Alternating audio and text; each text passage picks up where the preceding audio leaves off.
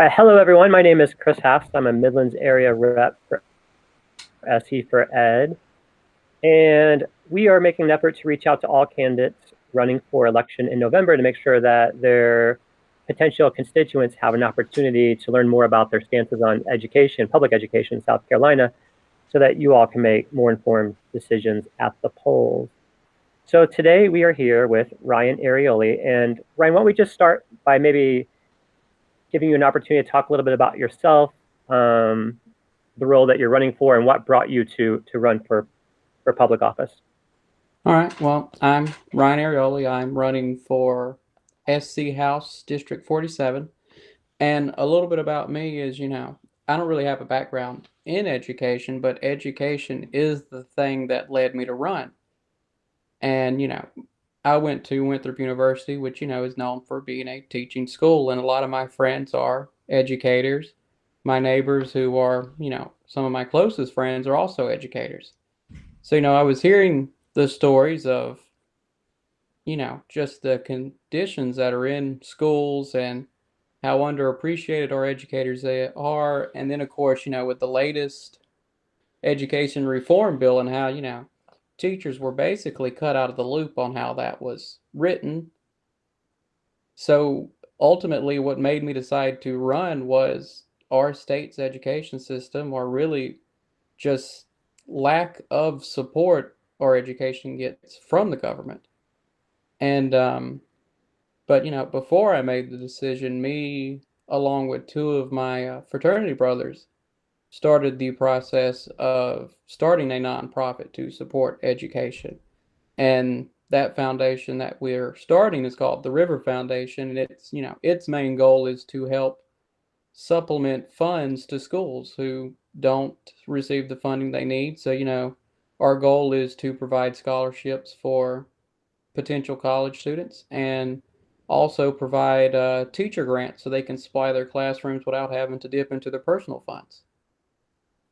So, I mean, all of that pretty much it led me to filing and starting the whole process of, running for office.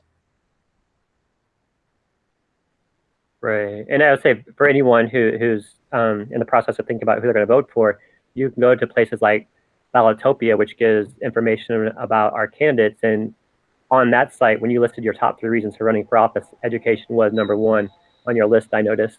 Yes. So, in light of that, when you look at the current state of public education in the state of South Carolina, what are some things that strike you? Um, One, it's just the disparity in funding among schools throughout our state.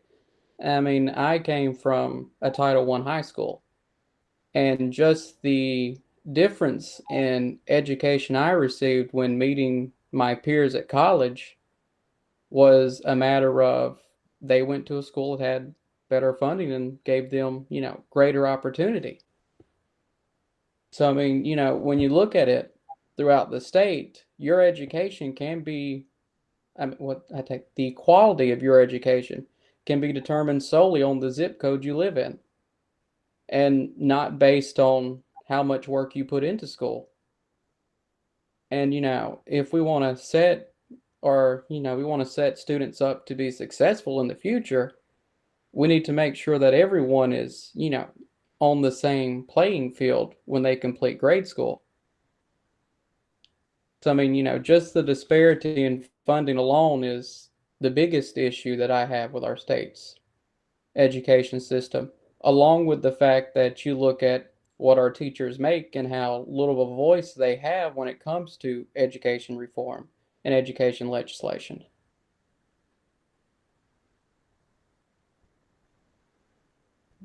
So, you spoke a little bit about the reform bill. So, if you were elected, this is maybe a question around prioritizing what you feel is most important. What would be the very first thing that you would want to address with public education when in office? Well, like I said, I don't come from a background of education, so when it comes to addressing this, I want to make sure that, our educators are the ones who are being consulted when it comes to writing these laws.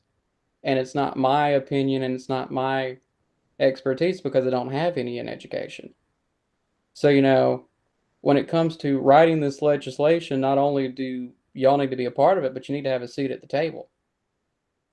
So my biggest thing is making sure that our educators, our school administrators, and even the supporting staff, they get the voice that they need, and they get the seat, and they have their seat at the table to make sure that not only these laws are beneficial to them, but they're beneficial to our students, and they're, they actually work. It's actual true reform and not reform in name only.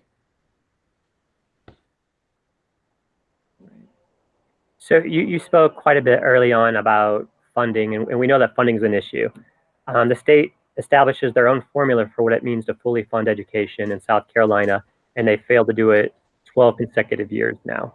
We are currently underfunding education by more than $600 per student, which is a very significant amount of money. So, how do you think we might go about addressing an issue of funding? Because it does cost money, we understand that. Oh How yeah. could we fully fund? Well, one, you just look at the fact that we had a couple $1 billion surplus this year. And instead of taking that money and reinvesting in education, we cut everyone a $50 check. I mean, yeah, $50 is great, but it's not enough that's going to change my life. But taking that money and reinvesting in education, it may not change my life directly, but it's going to change the outcome of our state. I mean, if you provide a higher quality education, you have a higher quality workforce. Higher quality workforces attract jobs. More jobs means increased revenue to the state, which means greater money for infrastructure, and in turn, that's what's going to give me a benefit. It's not a direct benefit from increasing funding to our schools, but education is the foundation of every society. If you don't invest in it, you're just, you're building your house on sand. When it ties into social services and all the other things that we need to provide for our communities. If we invested more in education, it would address many of the needs within our communities. Absolutely. So, shifting a little bit from funding, us think a little bit about accountability and testing. There's a lot of discussion around standardized testing, school report cards, and things of that nature. Our state right now is applying for a waiver to take a pass on testing for this coming school year because of COVID-19, which we did last year. Ideally, in a normal school year, what do you think school accountability should look like? How should we assess whether or not our schools, our students are being successful? Um, I think that should be based on the school or the teacher to decide if, they're been successful in educating their students. I mean, setting a state standard for testing and measuring a student's progress when the state standard for schools isn't equal. You can't have the same standard for every school if you're not willing to make sure that that school is as equal to one. So let's say my school of Andrew Jackson, which was a Title I school, you're trying to measure it equally to, let's say, Nations Ford or Fort Mill High School, which is in a much higher property value area and receives greater funding. It should, like I said, when it comes to measuring a student's progress, that should be based on the teacher and the school, because until every school is equal, you can't set an equal bar for every student.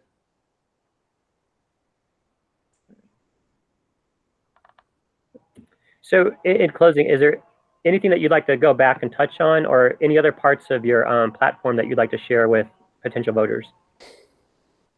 Um, Let me think.